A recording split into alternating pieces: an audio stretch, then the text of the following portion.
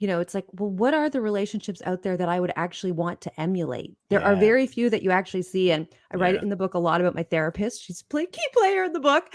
And she has it, she's really helped me with realizing, there is so much pressure in our culture to find someone Yeah. and lock it in. And instead of like, let me have a longer process with this so that I really really know myself Mhm. before I lock it in with another person. And she says really wise things, like the two most important questions in life are Dystopia tonight.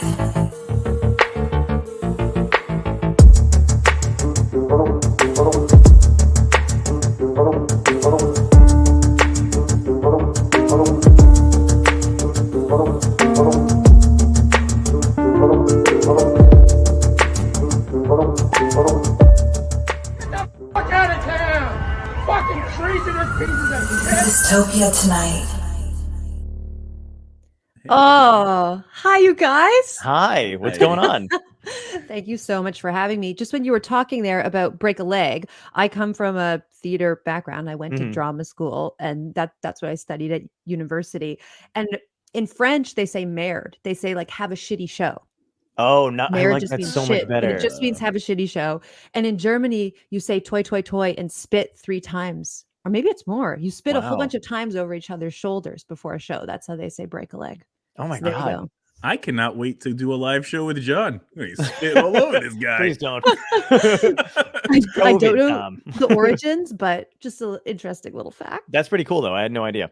I like the Maird thing though, because I feel like I like the whenever my buddy and I go on the road together, she and I like literally before we go on stage, we'll be like, "This is gonna fucking suck," like every time, and it never really does. It's always like really great, but we immediately have this like, okay, where are the exits, and should we get the Yeah. car going? And It does something psychically good, I think, to say to yourself, just have a shitty show. yeah, Just go out there and be terrible. It takes the yeah, pressure off in a really Yeah. good way. It kind of gives you like a fuck it attitude that I hmm think is just really useful as a performer to get you out of that like me, please like me. Do you like yeah, me? Which, Yeah. I don't know. I don't know if male performers struggle with it as much. And I don't know, comedians in particular seem to be able to have a healthy amount of contempt for audiences. But yeah, I think, theater performers in particular can really suffer from the like, do you like me? Am I doing it hmm right for you? And I yeah. found it very useful. Yeah. Yeah, it's weird. Like I when you talk to comedians and stuff like that, everybody's kind of almost got the same kind of feeling, or they're lying to themselves. Like normally, you know what I mean? Like I will fully admit, like right before 30 seconds before going on stage, my brain just is like, who the fuck do you think you are? And then I'm like, oh God, I don't know. But you have to like block that out and like go and do it. And once you hit the stage, it's totally fine. But Yeah. like every fiber of your being is basically like, you don't have to do this. Yeah. Yeah. As much as you want to do it. I know. And you think like I could literally be at home lying on Yeah. a sofa. I don't need to do this to myself. Yeah, exactly. I could work a regular job. I don't have to fucking do this shit. But I it is something that like you just kind of get. I don't know. Do you ever get used to it? Do you ever feel like I love the even trying to talk myself out of it? Like it's all part of the game. It's all part of the whole thing now where you're like, oh, I'm familiar with this feeling. Yeah. I Yeah. think there is something to that and some weird form of masochism. I also think that maybe if you stop feeling it, then you need to stop performing because Agreed. it's lost that kind of magic for you. Yeah, Or the maybe not comedians. stop entirely, but take a break. Yeah, we had Marsha Warfield on, and she was basically saying the same thing. If you ever feel like you're comfortable, you need to stop Yeah. because you're gonna. And that's crazy too. Like, we were just talking to. I was talking to a friend the other day about basically like what the mentality is when you go into a club or any kind of performance. And I think if you have it where you, like for comedians especially, like I think if I ever walk into a gig and I'm like, I'm gonna comedian the shit out of it, you know what I mean? Like, and I'm gonna be and you have that Yeah. in mind, like you're playing the character of a comedian, it will Yeah. never, it's self-sabotage. But if I have Yeah. this kind of feeling like, yeah, oh man, I've been placed in this weird scenario and I have to make people laugh for an hour, so don't fuck it up. You know what I mean? Like, Yeah. then it's a little bit better. Yeah. That makes sense. Yeah. Right. And is that the same for like when you're performing I did one play. I did two, technically. I did one in Mhm. high school. I've talked about it before. I was a eunuch. It's not a big deal. And it's fine. I didn't go method. It's good. But then I did one recently, a buddy's play in New York, and it was a lot of fun, and I had a really good time with it. But there's no pressure when you have another career. You know what I mean? Like, because I'm a comedian, I was just like, if it works, it works. Yeah. So, but it went well. That's great. Yeah. I think there's sometimes actors can take different pressures on, especially that you want to. I think when you're an actor in a play with lots of people in it, it feels more like a group effort. Kind of like I also do a lot of improv here in London, and I think I experienced that feeling of like, well, this isn't really my main thing. This is like a thing that I do for fun. So if it doesn't go well, I'm kind of like, well, and other people are like, we're terrible tonight. It just doesn't have the same weight. You're like, so are we not going out to eat afterward, or what do you guys usually do?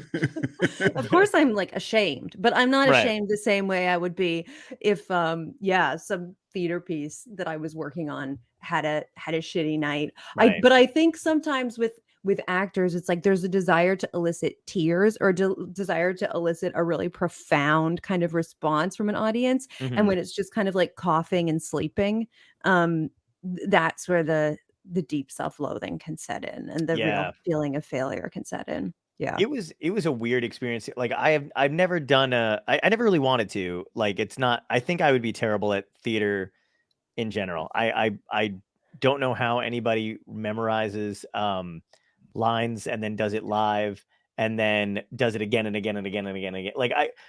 Because I would be constantly worried about having it done. Like, okay, so like having it down pat and being like, I got this. I'd be worried about that feeling of like, oh, we've already done this show for 2 months straight. I got this. And then literally just my mind blanking on a part that I already knew. You know what I mean? Like, that would fuck me up inside. I think that does happen to people. Like, I haven't ever done a show like this, but where you run, it's like something on Broadway or something where you're doing 8 performances of the same thing a week for a year or more than a year. I've definitely heard from friends that you get to a point where you've done hundreds of this show and you're like, oh, you're on stage and suddenly you're going like, I don't know if I've said that line. I don't know if I've said that line. I don't know if I thought it in my head or if I said it in the matinee. Exactly. I have no idea where I'm at, where I am. Yeah. Yeah, and then the weight of having everybody else on that cast, like your response, you're the one that bumped into with the tree that was, that's not really nailed down or some shit, and you're just like, yeah, it's whatever. But when we were doing, you rememberize your stand-up, don't you? Yeah, I have. Yeah, I do, but I get to mix up the order if I want to, and I like to play with the audience a lot too. So I'm never beholden to really anything. Yeah. Yeah, so that's it is, but I feel like if I fuck up, it's on me. Right, you're not letting anyone down. That reminds me of a story that I think it was Joey Cola, because he's like the busiest working man in show business, was doing a corporate thing where he had to go room to room to room and keep doing his gig for different sections for this giant corporation in different rooms. So he kept doing the same act, but he's like, in the beginning, I'm like, I'll mix it. I'll just mix it up and go through it. But he's like, I don't know which one I did. By the third one, he's like, did I do this one? Did I not? Because it's just a giant wash, like in just such a short period of time. The only time that's happened to me is when I've been sick. And if I'm like just hopped up on like whatever flu or whatever the hell it is, and I'll be like, oh my God, my head's so groggy. I have no idea. And I'll just be like, tell me if you heard this one. And they kind of appreciate the honesty a little bit, but it is kind of harrowing to be like, oh man, I don't know where I am in my set. Yeah, I think that would be terrifying. I've definitely had moments because I make one-person shows, and I have definitely had those moments on stage of like starting a sentence and then realizing I've jumped 20 minutes. I now need to find a way to take a breath here and rewind without hopefully people noticing. And you kind of develop techniques to do that. Like, I'm just going to take a breath and walk to the corner of the stage and sort of put my face in the corner. And hopefully it seems a kind of meaningful gesture that people will infer some sort of deep symbolism from. That's and clever. then come back. Yeah. But it's bullshit. Yeah. It must be funny when like do your actor friends who, if they ever come to see you, do they know those tricks where they're like, oh my god, like almost the same way like a comedian would be like, this guy's bombing right now and no one knows. But is they're like, oh, she is totally fucking pulling one over on them by walking into the corner. I think it's more like people who've happened to see it more than once will know, or friends that I went to theater school with. And maybe this is like this for comedians, of the people that you come up with. There is no way I can watch anybody that I went to theater school with perform without being like, they're doing that weird habit, they're doing that weird habit, they're doing that weird habit, and they're just relying on all their crutches, and then having the same fears when they come to see me. They're like, oh my God, she's getting loud because she doesn't know what she's doing. She's, she's doing way too much with her forehead and her hands. Like, why can't she just relax? Her voice is like stuck in her nose. Just all of this. It's a great way to say nasally. I like that. Her voice is stuck in her nose. It's very nicer than nasally. Yeah. Just that exposed feeling of people who know you know all the horrible things about you. I used to have and I hated this because like when I first started, you would do they're so lame, but bringer shows was like a thing.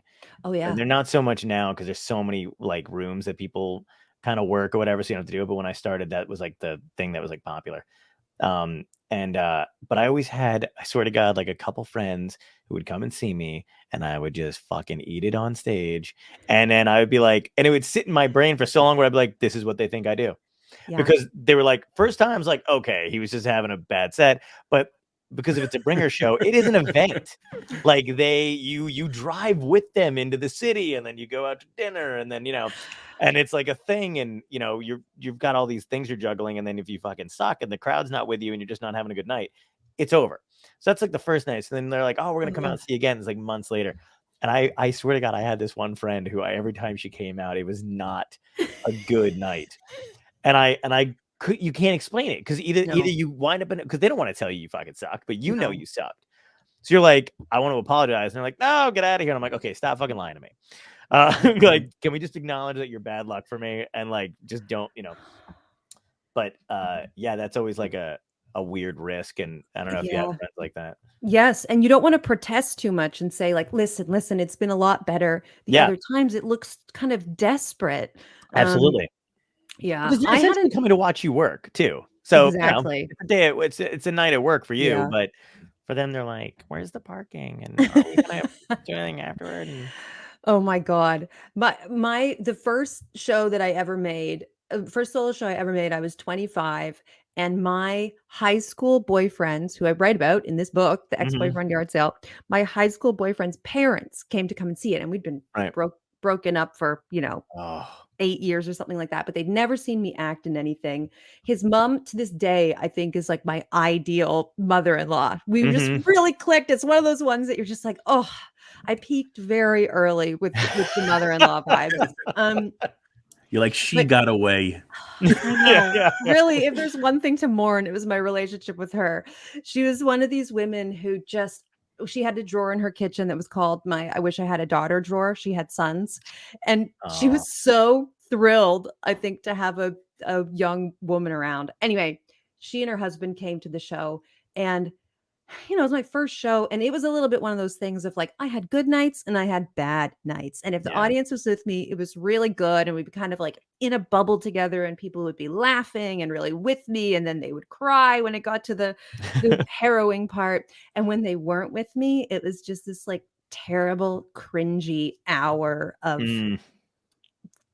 jokes falling flat and excruciating pain. And it was one of those nights, and they kind of like, and I could see the audience in that venue, and they kind of just like sat there horrified the whole time, and they didn't stick around to say hi afterwards. And I don't actually think isn't that the worst though too? Like you almost don't want them to stick around, but also when they don't, it still stings because you're like, fuck, they didn't even want to lie to me. That's how fucking bad they were it was. so embarrassed by what I did. They had to just get in the car and go home. Yeah. I've had somebody write I told this story before, so I won't do it again, but I had somebody write a note and leave it on my car after a performance.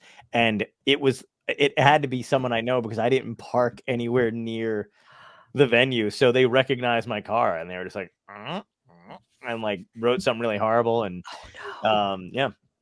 And the only one in the audience that night that he knew was his mom. Was his mom. I was waiting. I was like, he's gonna set you up.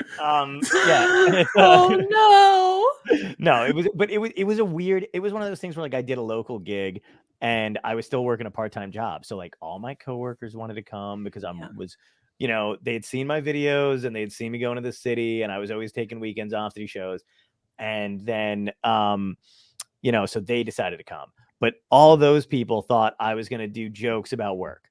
And then at this point, I'd opened for Jimmy Fallon. So that was like the first big national headliner that I'd opened for. So I just came off of doing that stuff. And then my friend's parents, out of the blue, decided to come as well. So people I hadn't seen in a while were in the audience. And then my mom did come, and then her work, and then her work friend. Yeah. And then her work friends came. So then it was her, like whatever. And I don't know. It was just a perfect, like just this cacophony of people that I could feel the wave of disappointment as nothing was landing. And I don't know if I psyched myself out or whatever it was, but it just didn't work out. It still sits with me today. I don't know how you did not hire a private detective and like dust that thing for fingerprints. It would drive me crazy to not know who the note came from. On one hand, saved it. On the other hand, how cathartic would it be if your mother really felt that and then didn't want to say it? That would have been nice. Got it out. It's written on her personal, paper, whatever. Although I love you, I'm very disappointed in you.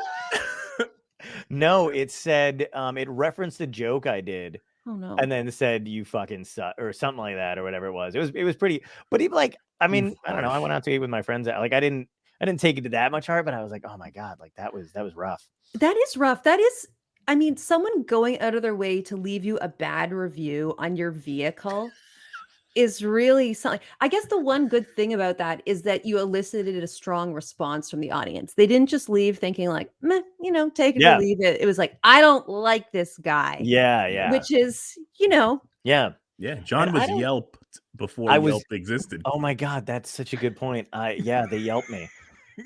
Could you imagine if comedians were actually on Yelp or just performers in general? We get so much shit. Anybody who's in entertainment now at this point, and I know Boohoo Entertainment gets criticized, but honestly, like it's annoying because you're like, okay, I get you didn't like it, but also then just don't come see me again. Like, don't, yeah. Nobody's making you engage with this. There's so many other things. You know who gets it really bad? I have a friend whose brother is a soccer player here, and everything he does is scrutinized, criticized. Oh my God. Like, raked over the coals. Like, the British football culture is insane. And yeah. They like, it's weird too, because you have that kind of arrogant thing as a performer anyway, that you either have to, some people are better at keeping it in check than others, which, and I feel like we can always recognize. But the craziest thing is like, when it gets to that point, even if it's not about you and you see somebody else doing it, I just want to be like, dude, you work at a fucking Michael's. You know what I mean? Like, you want to say it, even though it's going to make you sound like a dick, because you know how hard it is to put an effort to write anything, to get it produced, how many hands handle it, after the whole thing. So there's this whole behind the scenes shit that nobody knows, and then for them to just constantly pile on, you're like, Jesus Christ, like, what have you done today? Yeah, I know. I mean, I guess the one thing, this is kind of serious, but talk about this with my boyfriend a lot. We were walking today and this cyclist like rang his bell. We were crossing a small residential street, and a cyclist rang his bell, and he was so far down the block. And then he started just going faster, faster, faster. And he's one of these kind of, I'm sorry, middle-aged men who's had a crisis and has gotten into cycling, and he's doing all the gear, and he even has like the balaclava on, just like, he looks like he's going snorkeling, but he's on a bike. Oh, I've seen those dudes. And he comes zipping past us, and I guess we both were making eye contact with him, not very friendly, but it was kind of, why did he ring the bell so far away? And so we're just kind of like standing there waiting for him. And then he passed us, and he was like, how dare you look at me like that? But he said it once he was past us, and we both had this moment of feeling so mad and offended. And then we're doing this thing now where we try to talk ourselves down by being like, he must really hate himself. You must, I mean, you have to Yeah. hate yourself to be a Yeah. dick. Yeah. And so, yeah, when people are nasty online, that's also what I think. Like, Yeah. you must just be so miserable Oh yeah. that you're going to get your jollies from going online and being like, you suck. You Yeah. know? Yeah. One time I messaged the dude back and I actually asked him if he was okay and he wasn't. And I Oh, know.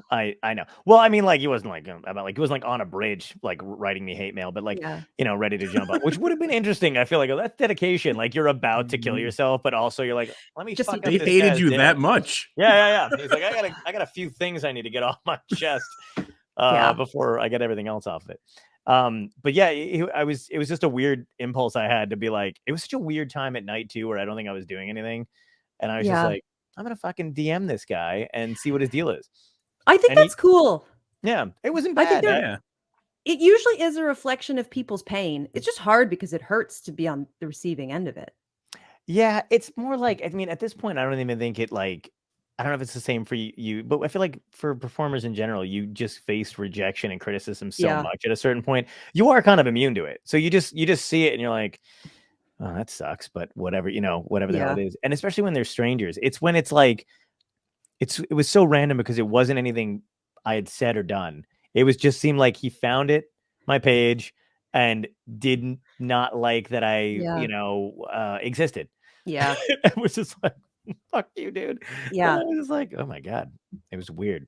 And then I tried it again and it backfired horribly. Oh shit. Yeah. Because I was like, I'm going to try this again. I'd be like, are you okay? And they were like, This is gonna be my thing. yeah. And then they were like, really like legitimately crazy. And I was like, yeah, Oh, it was a no. one-off. It was a one-off. Oh, Yeah. that's too bad. It would have been sweet if you were like an emotional superhero. Like that would have been a thing. I like to think of myself as one, regardless of how successful it is. I still wear a cape. You were talking about your high school boyfriend, though. Oh, Did yes. you because I have a similar. There's my friend, like this girl that I dated. Her dad is like always he'll come to my gigs, and he will literally towards the end just kind of shout out like, "Remember when you did the walk of shame?" From my house, and I'd be like, and everyone else in the audience is like, because no, but he'd get like, he's just a great guy, and he's just super. Because it fun. sounds like he had sex with you, John. Yeah, that's remember when you did the walk of shame from my house? I think he would say his daughter, but he went up.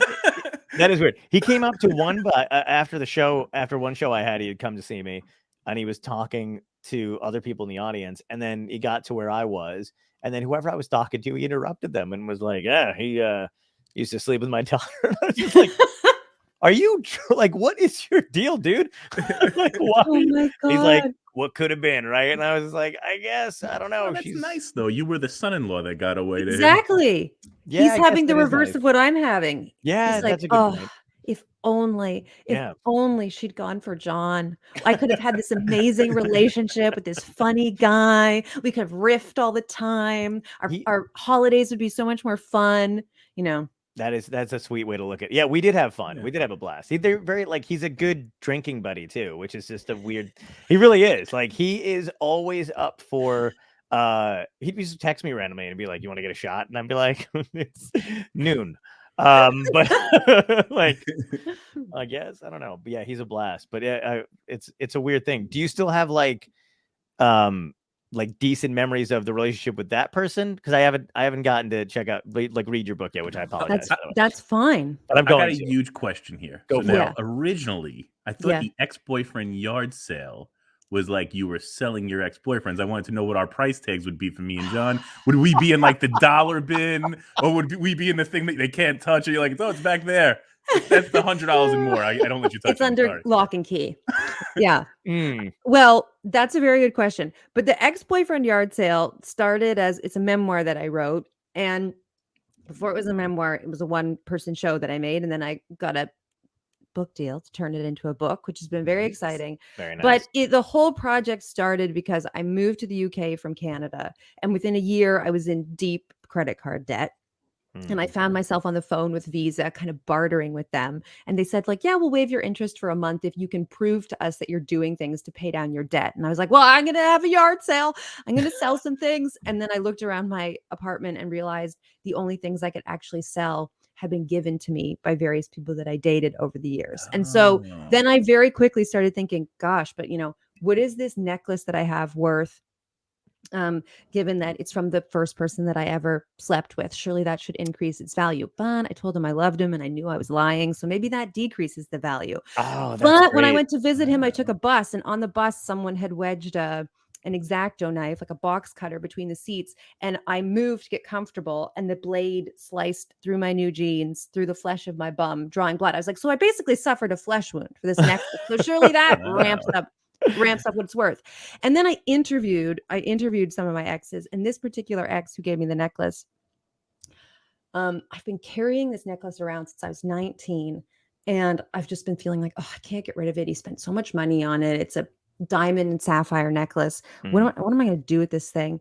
And I interviewed him about it, 10, 12 years later. And he was like, Haley, I have no memory of ever buying you a necklace. Wow. So I really got obsessed with how can you take into account all the ways we invest in our romantic relationships or not, and factor those things in to give you an accurate price for the material things you're left with when a romance dies. And so the book looks at 8 different items from 8 different exes and essentially 8 different failed relationships to try to figure out this formula for the cost of love. So where you guys would fall on that would really depend on what we've given our spouse or exes. Yeah, what you've given your exes and the nature of your relationships with them. Oh man, that's a good. Well, he's married. I'm not. No.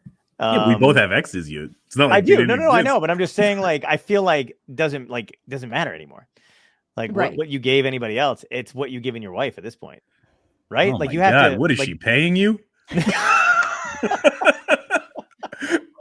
I'm just saying, man. I got it all down pat. I know what it takes.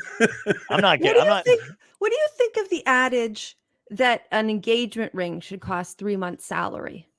Oh, I think it's crazy. I don't like that. I think it's bullshit. And it's a marketing technique, but it does. I feel like female. I don't want to put anybody in a box. Guys, I gotta check out. A good portion of people, they compare and they're like, oh, this is this to your friends. It's the image. It's not. It's kind of like how how you see yourself is not really how you're seen. It's how you see other people seeing you. Yeah. So it's not for you, and I don't even feel like it's really for them. It's for their friends' judgment of that, which is weird. And now it's to what you post on Instagram. You know what I mean? It's got to look good when you post it. I don't think it has anything to do with the price though. Like I think it's a really weird way to not have to think too much about what you're gifting somebody, to wear as jewelry. You know what I mean? Because you're just checking off a box at that point. It's like, oh, it's got to be, I met all the criteria. It's 3 months, whatever. If you get that extra 4th month, then it's even better. And it's the size. I love when people get somebody, especially, I don't think this is done for men too often, but when what you're wearing kind of, I guess has meaning to it more than just the diamond or the cost or whatever it is. Like if you can it's got a cool engravement on it, then I don't really think it matters like what the price is or how expensive it is. If it winds up being, whatever, meaningful. I think there really is something to that. I also did a ton of research when I was writing this book, and I asked hundreds of people, what's the most romantic gift you've ever been given? And how much do you think it cost? And very often it was not an expensive thing. It was a thoughtful thing. Sure. I got the craziest story for an engagement ring. Yeah. Originally, I'm going to give you a real quick synopsis because it would take up this whole second half. But, come on. No, I'm not even kidding. It's a tremendous story. We could probably write your second book with my story, with this one story. Ooh. So I'll just give you real quick. I don't think I know this story. You might not. So I'm very big on experiences and like memories, right? So that's what I'm into. So I don't think material items are really that important. Anyway, fast forward. I gave my wife a book for Christmas that said my bucket list. So I was like, write in this bucket list everything you want to do in your life to accomplish, and I'm going to make it happen, right? Before we're engaged or anything. So she writes, number 1 was see the Northern Lights. Number 2 was be married to me. So I'm like, you know what? I'll knock out the top 2. We'll go to Norway. We'll see the Northern Lights. I'll propose underneath the Northern Lights. And I've been asking her what type of ring she wants. Blah, blah, blah, blah. So this cut, this, da, da, da, this, that. And she had given me like specifics on it, right? So I knew. Now, fast forward. Now I'm like, plan this trip to Norway. I'm like, let's go to Norway this year. Let's go see the Northern Lights. So she's like, okay, I'm on it. And we're very good with traveling. So she says, you know what? My brother just called me. Can we postpone Norway? Because he wants to go to Italy. I've never traveled with my brother. I'd really love to go on a trip with him. I said, let's do it. It's okay. And now in my head, I'm like, damn, now I got to propose somewhere else. But I'm like, you know what? Maybe on a gondola, whatever. Like, as long as it's not someplace we've been, let's have adventures together. So now a week before we're supposed to go, I have a friend of mine who's a jeweler working on this ring. And I'm like, we're walking into Costco. I'm like, why don't you look at these rings? See if you like any of these things. Just because I want to see if she gravitated towards what I was told to get. Picks out exactly the opposite, right? Of course. And she's like, no, this one's nice right here. I'm like, that's nothing like you've been telling me for 6 years or whatever. So I'm like, this is ridiculous. She's like, why are you getting mad? It's not like we're getting married anytime soon. I'm like, whatever. We end up leaving the place, right? I end up running back to the jeweler. I'm like, listen, scratch that whole first idea. Now it's got to go over into this. He's like, I can't make that in a week. So now her brother flies in because we're leaving for Italy. We're scrambling, going to jeweler. She doesn't know this. We're running everywhere trying to find the ring that fits more of that criteria. Can't find it. Nobody couldn't find it. Couldn't get the diamond in time. All this type of stuff. Oh. So I'm like, you know what? I'm very big on the universe. I'm like, if it's meant to happen, I'll find a ring over in Italy, right? So we go over. So we fly in. We're going everywhere. Florence, Milan, all over the place. So in Milan, I found one that I might work, but the guy didn't understand the exchange rate from euro to American dollar. He did it backwards. And I'm like, if this guy doesn't know this ring isn't real. I don't trust it. So I'm like, no, not going to do it. Then we're in the Champs-Élysées, right? No, that's France. We're in Ponte Vecchio. And she finds a ring that she kind of likes. And I'm like, oh, maybe I'll pick up this. But it's like a chandelier ring. It didn't have the feeling to me. I'm like, not right, forget it. So now she thought we were in her head. For some reason, she felt like we were getting engaged on that trip, right? She said at one point we're in St. Mark's Square, and I'm like, Danny, can you take a picture of us? And she thought I was going to drop to my knee, right? And she's like, as soon as he took the picture, like, all right, let me give him the camera back, let me see it. And she's like, what just happened there? I thought that was it. Anyway, so now finally she concedes it's over. The trip's almost over. We go to Switzerland. We take a ferry back drive the car on a ferry, go over Lake Como, end up in Bellagio, go to a nice dinner last night out. This is the fast version, by the way. So now we get to this place called The Point. It's a restaurant right in Bellagio, right on Lake Como. And we're having dinner. We're drinking. We meet this random couple from Russia.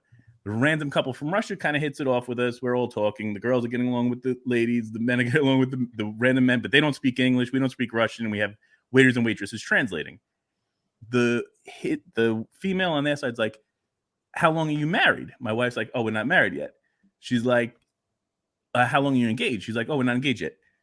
This Russian young lady comes over to me. She goes, you should get engaged now. I said, you're right. Funny story. I was gonna, but I don't have a ring. She takes off her ring and hands it to me. Right? She's like, it's not about a ring. I'm like, you know what? It's not about a ring. So I'm like, this is the universe telling me I should get engaged now. And she goes, talks to the waiters and waitresses. They come over, they grab flowers, put down petals, put down a linen on the floor. I get on one knee, bang. And I'm like, wow. Will you marry me? She's like, this is not my ring. I'm like, who cares? I was like, we'll get you a ring when we go home. Do you want to marry me? It's not about the ring. It's about us. So she's like, she was freaking out. First night she drank because she didn't think it was going to happen. And so I end up getting a blade of grass and tying it around her finger. I'm like, is that better? Right? So, because the girl was like, keep the ring. She's like, no, I can't keep your ring. It's your ring. It's bad luck. So we end up coming back home. I let her pick out whatever ring, which was way easier. We went, there's a place she could pick out whatever she wants. I was like, get whatever you want and get exactly what it is, which took the pressure off of me from getting a ring. And yeah, that's how I got engaged without a ring. Wow. That is such a good story. Short version. Short version. And how long have you been married? Good question. 2.5 years, I think. And what advice would you give? In terms of like a harmonious relationship. Just like each other. Like, don't make a bad choice. That would be my advice. I really think that's all it comes down to is don't make a bad choice. Like in the marriage, or make a bad choice of who you're marrying? No, choosing who you're marrying. Oh, okay. It's not about, well, here's the thing. If you know who you're marrying, and and you're good with that, then you're fine. It's just people, I feel like, have rushed into it. Don't get me wrong. I guess I got married way later, but I saw what was out there. How old were you when you got married? I was 40. Oh, shit. Yeah, when I got married. And I've been in a ton of relationships. Yeah. But it's interesting. I don't think it's everybody always makes it out like it's supposed to be hard. Oh, wait till you see. Oh, you've only been married a year. Oh, you've only been married 2. You're going to tell me this for the next 100 years if I get 100 out of it. But so I was like, it's not that it gets worse. It's that if you stop communicating or you stop understanding each other or you don't laugh, I think that would make it worse, Sorry, go ahead. No, you go. No, I was going to say, I feel like I'm being interviewed. Go on. No. I was going to say, I think that, I think there's like a small percentage of people that are very lucky when it comes to that kind of stuff.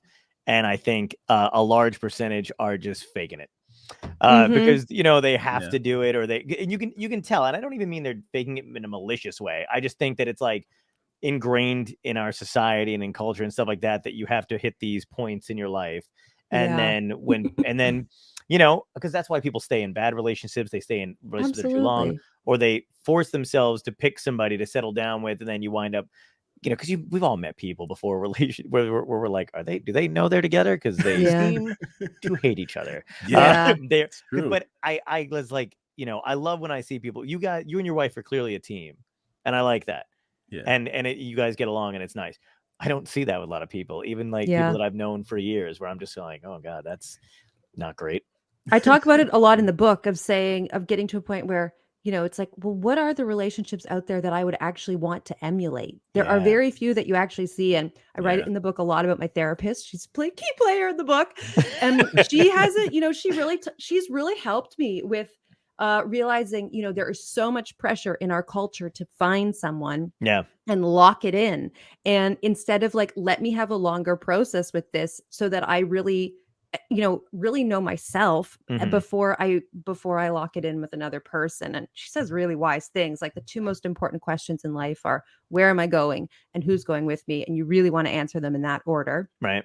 Which I think is great. And then also, just this thing of being so afraid. I think it's so easy to be so afraid of being alone and feeling like, but what if there's nothing better that people are willing to endure something that isn't really letting them grow or expand. Okay. What final point? The divorce rate, there's people say it's 52%, but maybe it's more like 40 now. Anyway, it's a high divorce rate. But then thinking about, of the remaining marriages, how many are actually happy? Right. It's a very small percentage, and yet it's something that is so fetishized. Yeah. It kind of boggles my mind. Did your therapist say anything along the lines? Because I do, like, I used to hate when I would date somebody, not even hate, hate's a strong word, but you would date somebody or whatever, and like you get to a point where, like you say, said to each other, and I used to hate when people would be like, What do you mean stuff like what? Stuff like, very sentimental or sweet things that I don't know exactly how much they meant it, or if it was like whatever, but one of the things that used to be like one of the things that used to be like a semi red flag is if they had said anything along the lines of like, you complete me, or you were filling a hole. And I would hate it because I would almost want to be like, okay, well, go back out and then become whole and then come see me then, because that's not a good, like, you need, I really fully believe in being a whole person, whatever that means to that person, but like, it's a weird, but also I feel like I'm not one of those people who feels like they're like, I don't feel lonely. I'm not alone. But it's fairly hard to convince other people who are in a relationship, for better or worse, whether they enjoy it or not, to understand that that's not something that you seek. I have one of my friends who like remembers, like we'd like dated in high school and like hooked up a bit or whatever. But like, she'd be like, no, I know you. I know that you're a relationship person and you really want to be in like, and I think I'd be like, I understand that that's what I was when I was younger, but I don't, and I'm not against it, but I'm also like, not looking, but I also worry and wonder if the longer I am like this, is it hard to shift gears back into it is. Yeah. I think so. Well, I I have always really struggled with relationships, hence why I Mhm. wrote a book about them. Yeah. I've always been a really romantic person, but I think I've always also held some belief in me that a relationship was going to ruin my life and make it so Yes. that I never got to do the things that I wanted to do. It was going to be this Agreed. horrible compromise. So I'm 36 now, and through my 20s, I had tons of long distance relationships, or I Mhm. would go out with people who were kind of emotionally unavailable, or I created all these ways to sort of half be in relationships. Yeah. And then, yeah, I write about it in the book, like finally being able to end an on and off saga with someone in another city after Mhm. 4.5 years and get it. And with God, thank God I could afford, and with the help of a therapist, really realizing like, there's codependence and Mm. then there's independence. And I was so far on the independent side. And now I'm trying to move with my boyfriend that I have now, who's absolute sweetie, um, trying to move towards this thing called interdependence, where you are Mm. two individuals who have like a very healthy symbiotic relationship where it's like That's we great. want to spend time together, but we don't Mhm. need each other. Yes. Um, That's and what so you call it, interdependence? interdependent, yeah. That's pretty cool. But it's hard Mhm. because I really struggle with being like, I need space, and like you're Yeah. bugging me. And then he leaves, and I'm like, actually, can you come back now? Because I've had some time to myself and I'm fine.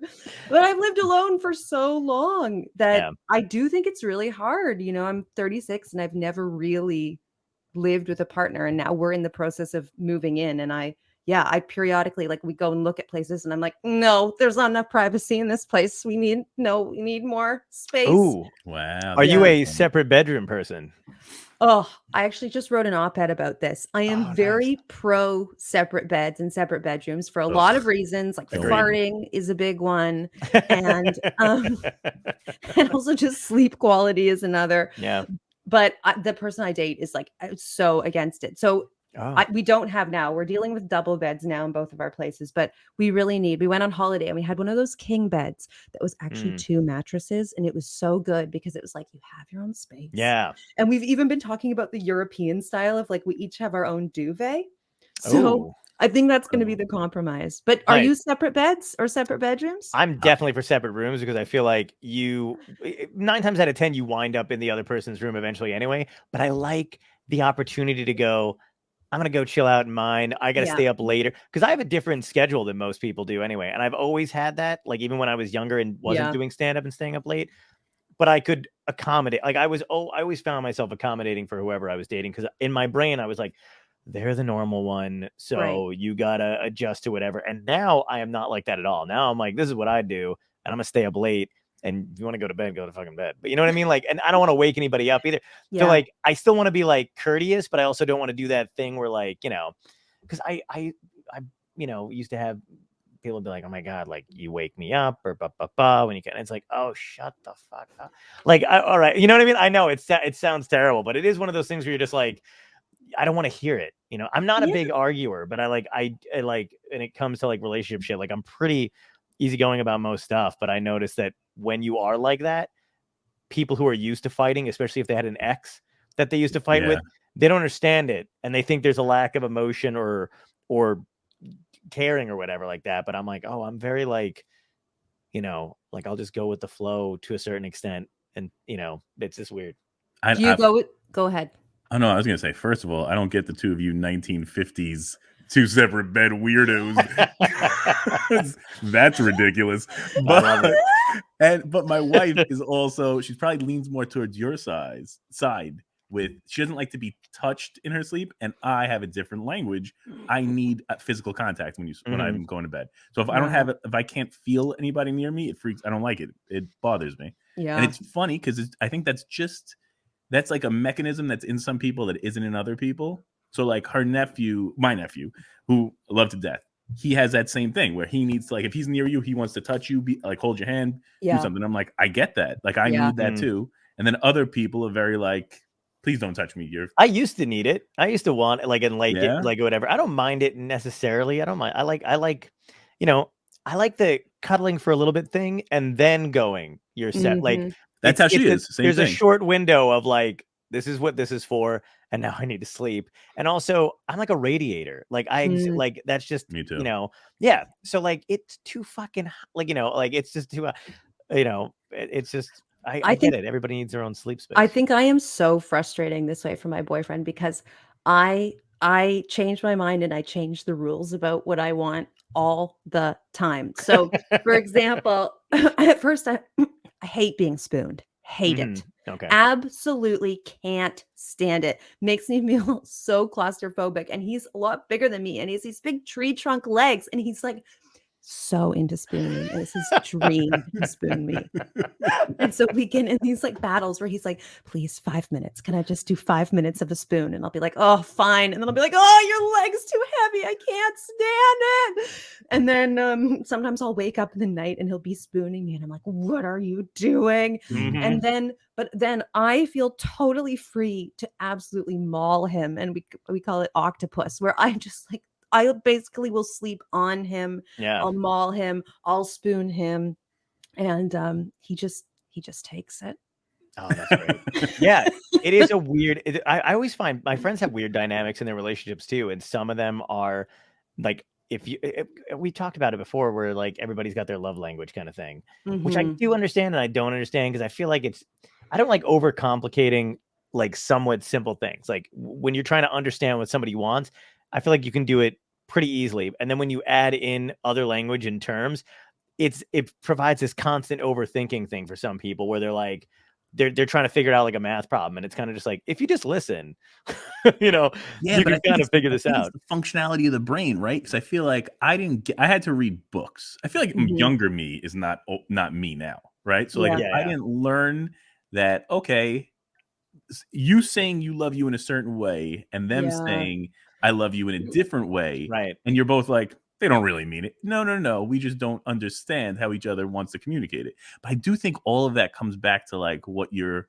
like I'm reaching out for what was I believe that all that weird psychology, like whatever was lacking for me in my youth, I try to find, and then and then she's doing the same thing in her life. And if you could figure it out, it makes it so much easier. Yeah. Well, I think I know what you mean. Like it's good to figure it out, like to an extent too, but like I've got friends who like, you know what it is? It's when people kind of half dip their toe into the psychological aspect of it, and then they start diagnosing their friends and their people around them with only some of the information and not, and they're, it gets in a weird thing. My friends are obsessed with codependency now because I noticed that they like to toss that word around a lot.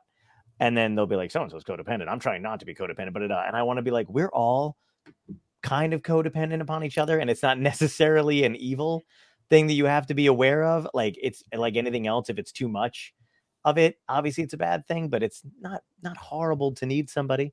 No, I feel like we codependent on the podcast. I feel like if you didn't remind me to do this and I didn't say, hey John, don't forget to do that. Yes, things I would agree. get weird. They'd get Tom bad. and I are also, we're legally married, not by we didn't just for He's how just much using me for my insurance. Dude, if I fucking could, I would. I'm not even joking. That's a genuine option I've considered. But yeah, do you feel like that's like the codependent? Like, do you think people get stuck on things trying to solve their relationship problems? Oh, yeah, I do. I mean, I think that I really get this thing like, Tom, you're saying where having language can be so useful because things that you were taking really personally, you realize aren't personal. I've really appreciated it for that too. Like in the relationship I'm in, it's like, oh, when I do this, I'm like behaving in a certain way, like my 8-year-old self. I'm essentially like a grown woman having a temper tantrum like that. You're actually dealing with an 8-year-old. And it's so much easier to be like, oh yeah, I'm not going to take this personally because you've been, I don't like this word, but triggered in some way. Yeah, I hate that word. And being able to kind of recognize like, oh, the other person's like now having a little freak out because of their past. Like that's really useful. But I do think, overthinking is it's an issue, and there's so much out there, and there's also so much out there that we don't fully read or engage in. We see headlines or we see short little videos on social media and feel like we understand huge concepts that psychologists or psychiatrists have been trying to dissect and then disseminate for years. And Yes. yeah, and I think that is problematic. And the crazy thing you mentioned social media, but like that's an interesting point too, because that's a codependent relationship that people have with something that can give nothing back to you. Like people wind up using it as like a salve for emotional wounds that cannot be healed by likes, but they believe it can be. Whereas at least if you're working on a codependent kind of thing or interdependence, which I'm really going to use that word now, with another human being, at least you're getting actual real-time, real-life emotional feedback. It's very, sorry, Tom, I didn't mean to interrupt, but it was very Oh, it's okay. Yeah.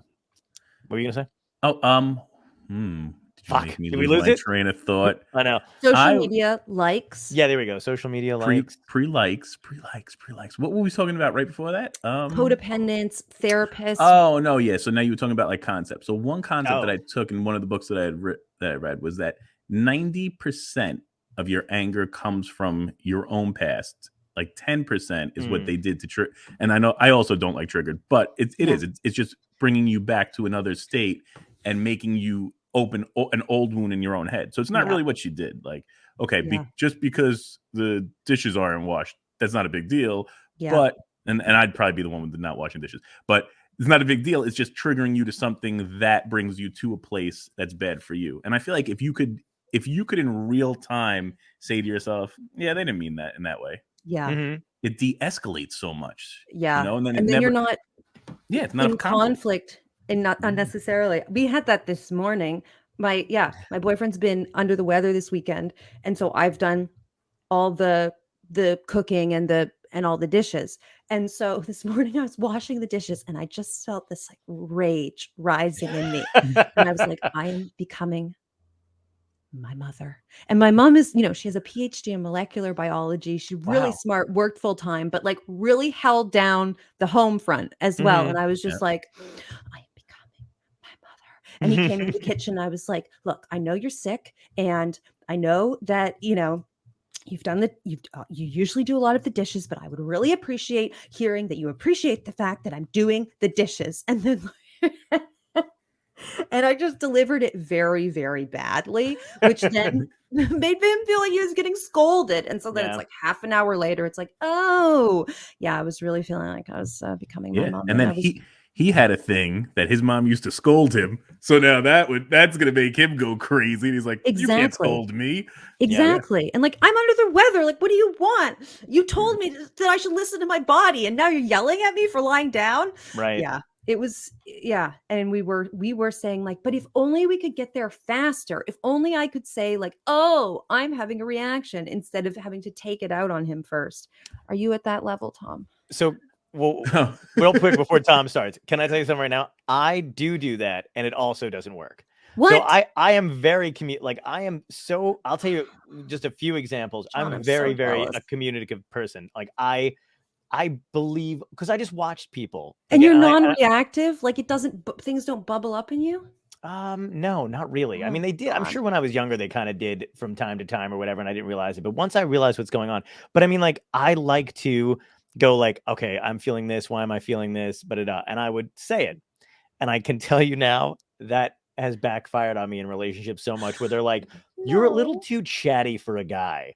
Like with your, and I swear to fucking God, like that's like the thing where I've like had to readjust or try to readjust and learn like, oh, I guess like people don't usually talk as much as I do about it.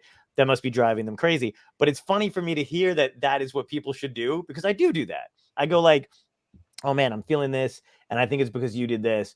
And they're like, yeah, I don't care. Because you're not supposed to care about it, or you're supposed to, like it never works for me. Sorry. That's no need to apologize. But do you say I feel this because you did that, or do you say I feel this because I say why I'm feeling it. I Okay, think like this, like you did it, like whoever it is, it could be anybody. It doesn't even have to be in a relationship, but I'd be like, oh fuck, like this happened, and I realized later on that I felt like this because of this. Like it's obviously this thing. I'm sorry, I can't help feeling like this. So I was in a mood. But it's obviously this is the train of thought, and they're just like, oh, all right. And then they'll just like they don't know what to do with the knowledge, or they feel like they're supposed to do something with it. And I'm like, no, I'm just fucking relaying information. Like that's all. Like I feel like that's not a bad way to be. It is. I would really appreciate that. I would hope so. But that's, you know what, people, I find that women that I'm not dating appreciate it, and then when I actually choose somebody to date, not so much. I think I could tell you why. Because I feel like I think the reason for that is because this happens with us sometimes. You're doing that in the moment when tension is still too high. You need to let it cool, then come back, then have the discussion. When people aren't on a defensive posturing, because it's like being in the middle of a battle and being like, well, we could have avoided all this if we just did this. And you're like, no, my sword's gonna go right through you right now, and then we'll talk. I'll tell you, one of my things is I like to fix things immediately. So like I'm already processing whatever's going on really quickly and trying to disseminate and figure out like, okay, this is what's going on here, this is going on there. How do I de-escalate and move this down? And the other person, whether I'm in a relationship or with like a best friend of mine or whatever, they're not that quick to process shit. So I had to learn a long time ago to be like, this person needs time doing it. And even though I'm already moved past it or like figured out what's going on, not a good time to bring it up. And it's a weird to me. I don't know why I just yeah, that's the way my brain works. I just go like and then, oh my God, okay, I figured it out. We're good. I can fix this. And they're not ready to fix anything. It's like being on the spectrum of autism, because you're like, I'm not going to get my emotions involved in this at all. No, I don't I'm even just tell you the factual reason why that happened. Yeah. Well, that person's like just in a rage. She just broke a glass. She's mad. But see, to me, that's irrational. Like, I can't stand, like, I have a real problem with like irrational shit where like, I understand that everybody has it. I've got it too from time to time. I don't know if you've noticed my Facebook feed. But like irrational stuff, like I try to like diffuse it, and people just want to have their fucking day. I don't know. People definitely, it sounds like you go into a cognitive place very, very quickly. Yeah. I think I put it like this, but I'm a very emotional person. I mean, part of the reason I wrote this book, which is like trying to understand relationships mathematically, is because I was like, I think I'm dangerously emotional. Like my brother has said to me, you come in here and you dominate everything with your feelings, and it's too much. And so there's been some effort to kind of like weigh or balance out both those things. But I do still feel in my life, if I can allow myself to just like get the emotion out in a short burst, then it's very easy for me to flip into a kind of like cognitive, logical place. Right. But if I don't get to have that release, then I'm a nightmare. Wow. Because I understand that though. I'm like I'm like trying to like push something down and being like, yeah. I feel like I've been these stages throughout certain things, and like again, I always think about like, maybe I should go to therapy. And then I'm like, fuck it, I want to go to therapy. Like I should go to therapy for other reasons, by the way. But I mean, like I've done it. Should go to therapy because it's so interesting. Yeah, and like, but it's a weird. Yeah, it's a weird place. Like even like relationship wise, I think just because like I felt like I've been all those things in all different periods, and I don't know if I'm repressing it at this point in the game where I'm like, my brain is automatically like control alt deleting weird, you know what I mean, where I'm just like, and we're gonna skip this, bing, and then that's it, like it just swipes left and shit. Which is not a great place to be, I don't think either, because then you're just not like, experiencing it. But as far as like oh god, being overly emotional, I've been like, if I'm in a relationship and I really like somebody, I know immediately. So there's no way around that, where I'm just like, oh yeah, this is a thing. And then I feel like you should be a team and you're on this kind of thing or whatever. I feel like I'm the too much, or I've been the too much person. And I don't ever feel like there's somebody else that matches that. You know what I mean? It's weird. Yeah. You feel like I am willing to go all in and be like, it's you, it's everything, it's you, right. Let's do this, like let's like hold hands and run into the same direction at lightning speed. And the other person's like, well, hold on a second, I don't know if I want to run, like maybe I can walk, and I don't know if I want to hold your hand, maybe I could just like walk beside you for a bit and like hold on, I just need to pack a bag first. Yeah, and I've had those moments in relationships, stuff like that have been great, and there's like periods of time that are like that, and then of course obviously they've ended. Shocker. Yeah. But I mean, like I've had all those experiences, and now I'm just like, I don't care, like I'm not thinking about it, like it's fine, like I don't know. But then I'm like, oh, I don't have any like meaningful relationship. Obviously it's COVID, so it's a little weird time, but can I toss out that possibly the reason that the person won't react with the same energy is because you're choosing a person that doesn't have the energy that would match that energy? I completely agree. I'm total garbage at picking people. But it's not garbage. There's reasons you're attracting towards certain things. You need to figure that out in yourself first. I'm gonna And die that's before what that therapy happens. is good for. Oh, Yeah. okay. I was like, I already gave up, and she's like, and that's what you need to. And I'm like, I'm out. And then if you get to chapter 10 of my book, you know it. I'm gonna read this. I love I love the idea that you went back and interviewed. Because do you have good relationships with your exes? I do have good relationships with a Same. lot of them. Yeah. Most of them. Not in a way where I'm actively in touch with a lot of them, but Mhm. I mentioned I live in the UK now. And with two of them who I write about in the book, when they were visiting London, they reached out and were like, "Oh, I'm in the city," and I would have dinner with them and hang out with them, and that was really nice. And when I reached out, so there's 8 that I talk about in the book and 5 that I interviewed. Hmm. And there's only one who I was like, "Ugh, I'm not going to reach out." But yeah, all of them are all, well, there's one who I'd be a little afraid to run into now. After But the book or before the book? after the book. Oh, all right. Wow, you put him out there. Now we really got to read this. But yeah, most of them, if I ran into them, I would be glad to see them. My heart still might beat a bit fast because it's always kind of jarring seeing someone that you used to date, especially someone you used to love. Do you And still have like do you have a memory thing for that? Because I don't. Really? No, nothing. I feel like then I don't believe you really loved anybody, because I feel like once you've loved somebody, What a dick.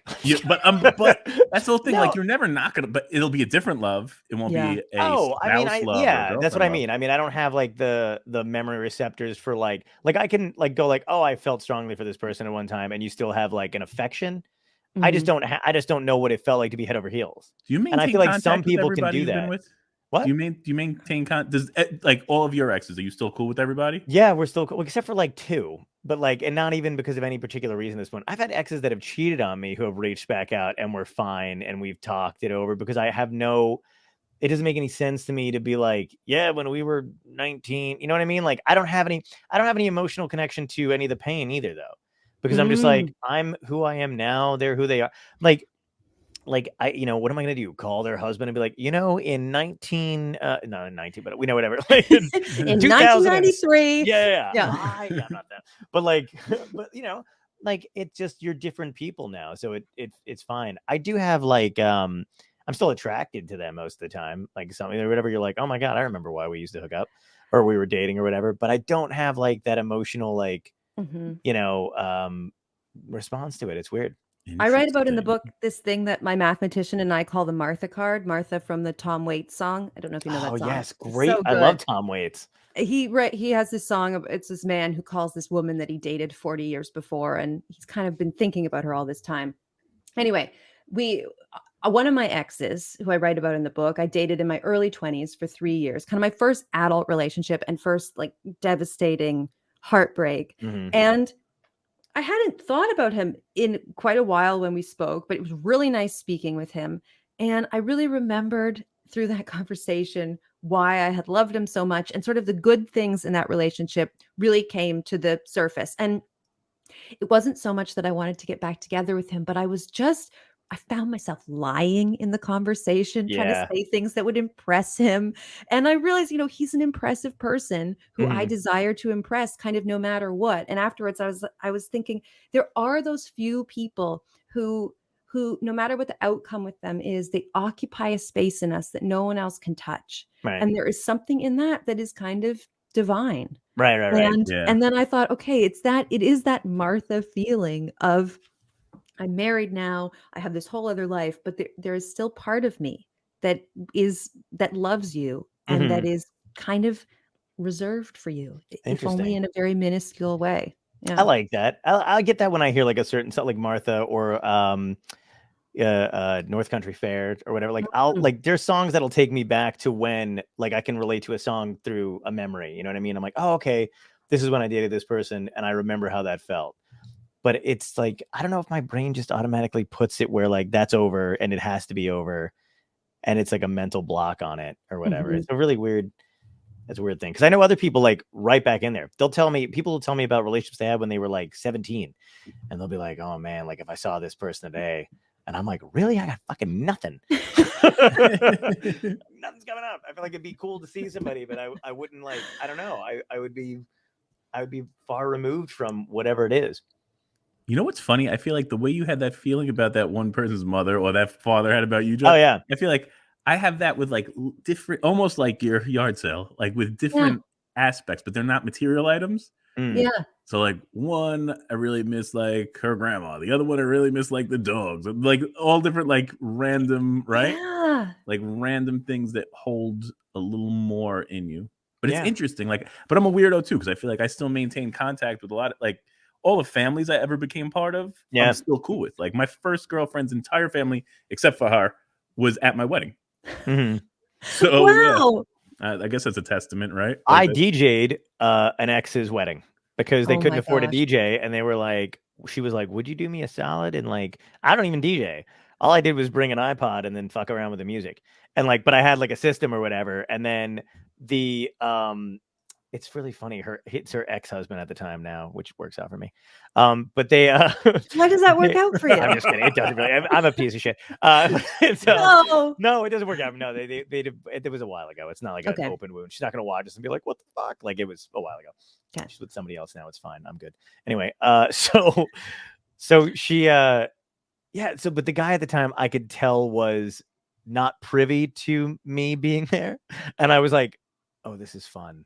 And awkward, and I enjoyed every minute. Like, you know what I mean? But that's the relationship I have with my like exes and stuff like that, or people I've like dated for a little bit, because I don't know, unless it ended horribly, which not a lot of them did. Like, I think again, I was good at the communication part, so if it was like kind of over, I think there wouldn't be any way to like, I would just be like, yeah, I don't know what's going on, or if they said it needed to end, I would just be like, yeah, I get it. Yeah. Like, and it would suck and hurt or whatever, but I was like, there's no reason to like, flip out over it. I'm dying to know, what are the 8 items from the boy? You don't have to tell us the stories, but I want to know the items. Okay, I'll tell you the items. The first one is a mixtape made by my high school boyfriend, which has his commentary between the tracks, where he, like spoke it, and then he recorded music that he downloaded from the internet, put on a CD, put it on a tape. It's very special. No way you got rid of that, by the way, but go ahead. No. They're tied up in a larger investment now, which is this project. They're all NFTs. Then I have a necklace, this like white gold sapphire and diamond necklace. I have a denim Herschel backpack from before they went mainstream. Really nice, really nice one. I have a bicycle. A really nice like Sears Canada bicycle. I have a vintage typewriter. Oh, no way. Yeah, beautiful typewriter. I have a ukulele that was made in Romania. Wow. I have a this like jewelry box that was made by this Finnish ceramicist. And I have this Royal Canadian Navy t-shirt. Wow. So some of the items awesome. are obviously more sentimental and some are of more monetary value. But yeah, that's what they are. That's really Very cool. interesting. I can't wait to find this backstories in the ex-boyfriend yard sale. I'm just realizing I got garbage gifts from people I fucking dated. Like, those are nice. I was like, God damn, that's a good list. I'm like, I think I got like an X-Men figure and I don't know. Do you remember presents from exes? I don't remember anything. Not really. I don't think they mean. I don't know if they. Do you find that they do? They. You know what? Actually, things that mean stuff is when like a watch or like a jacket. Like, there's something about like clothing. Like, especially winter clothing. I think there's like an affection thing I have with like somebody giving you something to keep you warm. I treasure like very nice. Yeah. I feel like scarves that people have gotten me, and I'm like, oh, I'm never getting rid of that scarf. I got one of my exes a scarf, and when I interviewed him, I was saying, oh yeah, the backpack, you gave it to me, and he said, yeah, every time winter comes around, and I pull out this scarf from Dublin, and I was like, what scarf? He's like, you got me a scarf.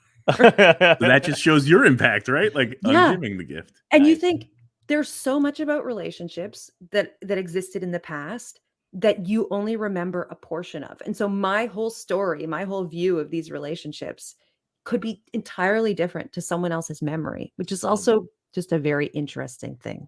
I got something fucked up to tell you about a scarf. It's not a David Carradine situation, don't worry.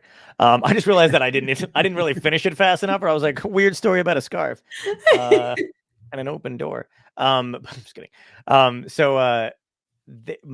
was dating this girl all the time, and she was like, before we officially started dating, she was seeing this other dude, and I was just like, in the beginning, I was like, I don't know what it's gonna be like, so it's fine. Like, I don't know. But then I started to have like real feelings, did the whole thing, and then we decided we were gonna date.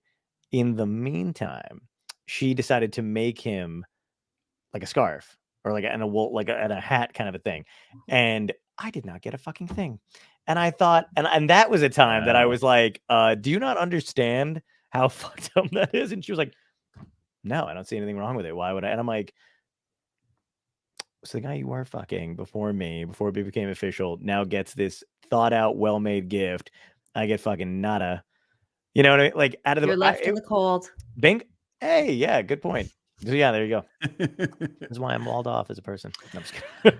It's all about the scarf. But yeah, that was And like, that's why scarves are so important to you. You see, Maybe. we found the memory. Now maybe that's I hope you get some scarves from listeners. I hope you get some woolly hats and some scarves and some mitts and some nice cozy sweaters. You heard her, guys. Come on. Start sending shit to Somebody my house. get to the Goodwill. Send it to Dystopia tonight.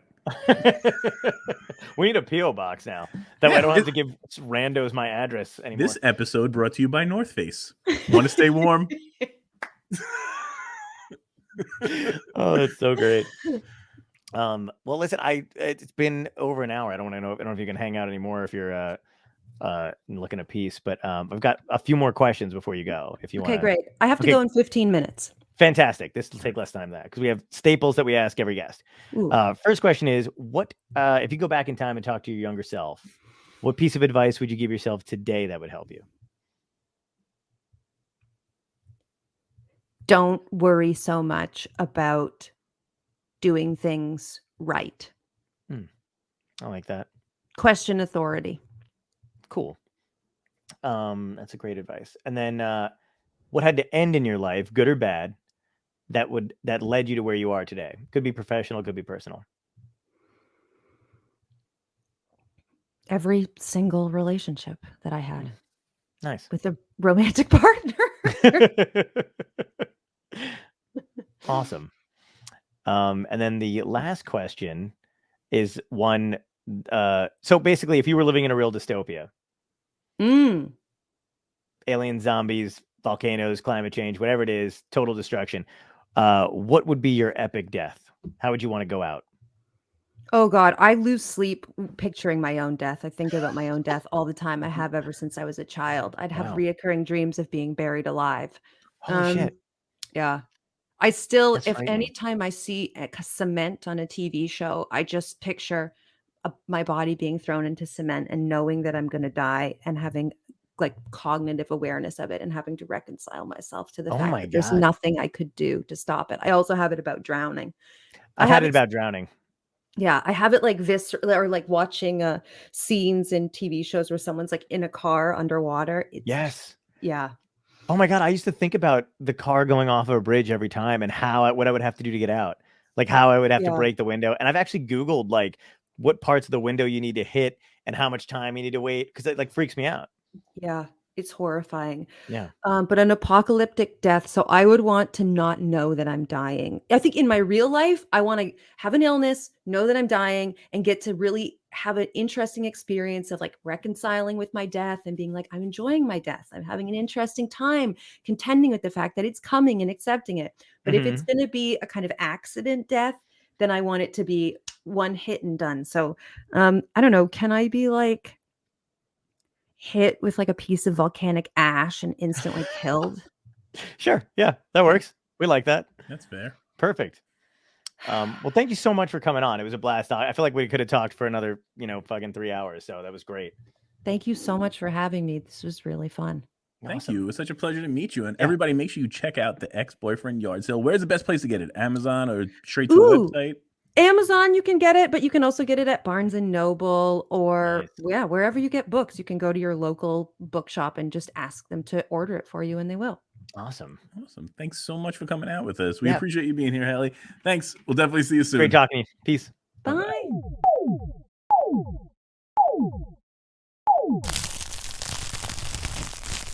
Dystopia tonight.